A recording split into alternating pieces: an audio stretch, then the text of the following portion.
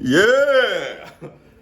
So, a few of you guys, well, one in the comments and another one of you in an email, and I haven't read all your emails, so maybe a few of you guys, but asked me, how do you feel now, ShowBizz?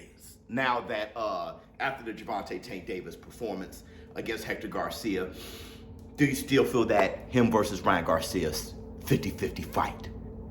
By the way, they're saying that it's pretty much a done deal that they're fighting in April. So how do I feel now? Is it still a 50-50 fight? I feel more confident now than ever that it's a 50-50 fight. After that performance, I feel that what I was saying before still applies here. Well, except for one thing that I've never actually said, and I'll get to that in a minute. But I want to say this too. Did you guys really think about how hard Tank Davis hit Hector Garcia? It's not funny. It's not. I was thinking about it last night. This guy got hit so hard that he lost sight with his eyes open. Now listen to what I'm saying. He didn't get knocked out and woke up and couldn't see. He didn't even get punched in the eye. He got punched in the head and the lights went out with his eye. Do you know how scary that is? This guy got hit so hard without getting knocked out and waking up, he lost his memory. You know how you can usually someone gets knocked out and they wake up and they're like, hey, where am I? And you got to get the smelling salt, you get them together and they just sitting there like, I don't know where. No, he got hit, bam! Lights went out in one eye and he didn't know where he was. Do you know how scary that is? How scary that is for his corner? How scary that is for him? Huh? Think about the trauma to the brain for that to happen. I was thinking about that. That was before I fell asleep last night. I'm like, the instant trauma, okay? And I know there were a few of you that were saying, well, Clarissa Shields, she couldn't see. She claimed she couldn't see out of one eye against Savannah Marshall. She continued fighting. But did she forget where she was? Did she get hit in the eye? Was it a temporary eye injury? You could get hit in the eye and it's like, I can't see, okay? Did she get hit in the head and the lights go out and she forget where she was? No, she was completely aware. I know one of you in the comments, I forget who you were, but just to respond to this, I know this is just one comment, but someone said Muhammad Ali. Muhammad Ali, he couldn't see, he didn't quit. Wrong, okay? He was trying to quit. Dundee, his trainer, was like, don't quit, and was like, what's wrong? He said, my eye's burning. And then Dundee put his finger in his eye, put his own, and his eyes started burning. So they grabbed water. They had a solution for it. That's totally different than being wide awake, get hit in the head, lights go out in one eye, and you don't know where you are. That is, I don't know if I ever seen anything like that before. Let me get some of this orange juice from McDonald's. Don't you love it when you wake up early enough to get breakfast from McDonald's? I still love it. So look, 50-50 fight. Like I said before, Gervonta Tank Davis starts slow. And in that moment, Ryan Garcia, with his speed and how fast he starts, Ryan Garcia starts immediately. He will be giving Gervonta Tank Davis trouble for the first 7 rounds. He boxed too well. He boxed better than Hector Garcia. I mean, he's a bigger threat, rather, than Hector Garcia. He beat Luke Campbell. Luke Campbell's an Olympian. I mean, you know what I mean? Luke Campbell gave Lomachenko trouble. So he knocked out Luke Campbell with a body shot. So no matter how you guys feel about him, how much you hate him, I can't give analysis based on how people feel about him personally, okay? I'm just talking about in the ring, because when it comes down to it, Tank got to fight this guy. His speed, his height, his length, his reflexes, he's going to be, and how Tank Davis starts slow and try to, analyze and figure things out. I mean, he may not get the opportunity before getting rocked. I think Ryan Garcia is going to be successful the first 7 rounds. Most fighters are. Mario Barrios, who's the same height as Ryan Garcia, but not as blessed physically as Ryan Garcia. He has the height, he has the reach, he got power. Okay, but Ryan Garcia has probably the fastest hands I've seen, in a decade, in a very long time. Okay, him, Gary Russell, that Amir Khan, I'm talking about blazing speed. He has that. He does. If you hate him or whatever, he has that. I think Ryan Garcia, my bully over there, boom, boom, drink it away.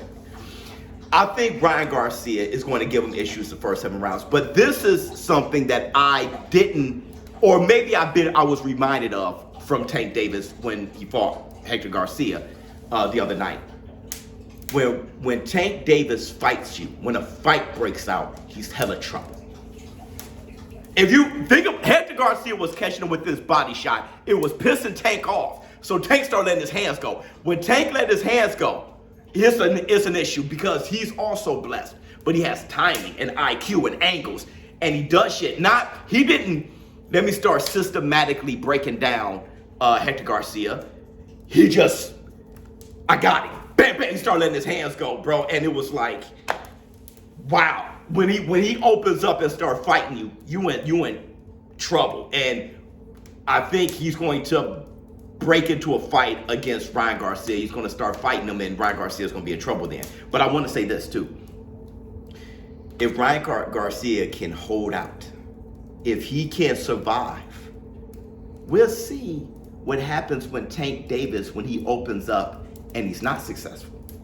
I'm just saying that is a thing that can be interesting too. Let's say he opens up and not successful, and he has success, but not ultimate success as far as a knockout.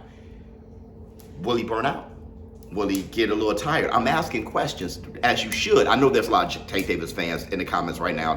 He cannot be hurt. He can't be stopped. Nobody can beat him. He can beat Tyson Fury, and nobody, don't ever say anything. But I'm, as a grown man and someone who's watched boxing before, I don't think no one's unbeatable, okay? Including Tank Davis.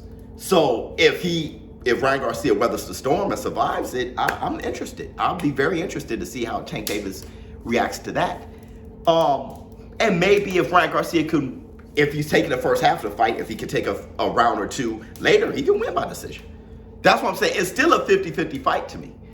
I'll be putting my money on Gervonta Tank Davis because he's proven to me more times how special he is. Ryan Garcia is special, but Tank Davis proven to me more times than Ryan Garcia how special he is. And there's another thing that I've been saying about his resume that a lot of people, some people agree with me, some people don't. I think I'm splitting the war room here when I say this. He had dangerous fights. A lot of people don't know who these fighters are until they fight Tank Davis, and then they start hyping them up as if they got this great after Tank. No, they were that dangerous before.